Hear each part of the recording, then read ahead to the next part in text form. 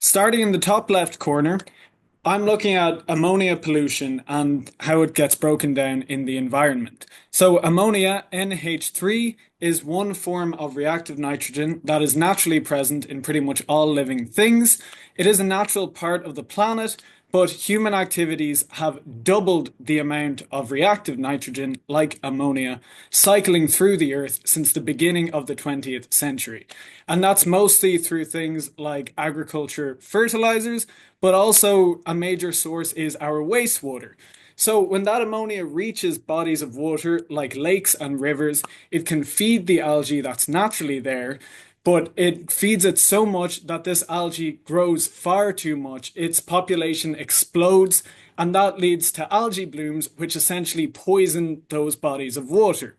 But before ammonia can travel from land environments to water environments, it passes through coastal areas. And we do know that a lot of ammonia does get broken down in coastal areas, and we know that microorganisms are responsible for that. So they either convert the ammonia to different forms of nitrogen, or they take the nitrogen or ammonia into their own cells. So we know this happens, but microorganisms are tiny, they are extremely difficult to study, and even for microbiologists, the ones that use ammonia are particularly difficult to study.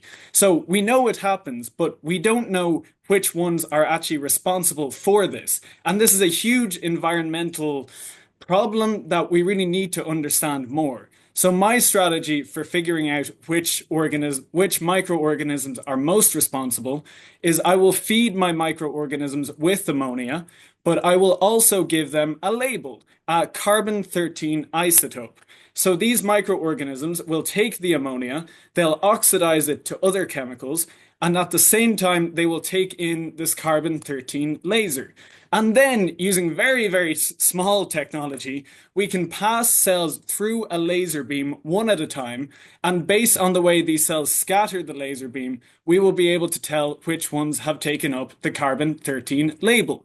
And then we can sort cells into different piles. So we can have a pile of cells that we know has been using the ammonia there, and we can use that to identify which cells in the environment are most active.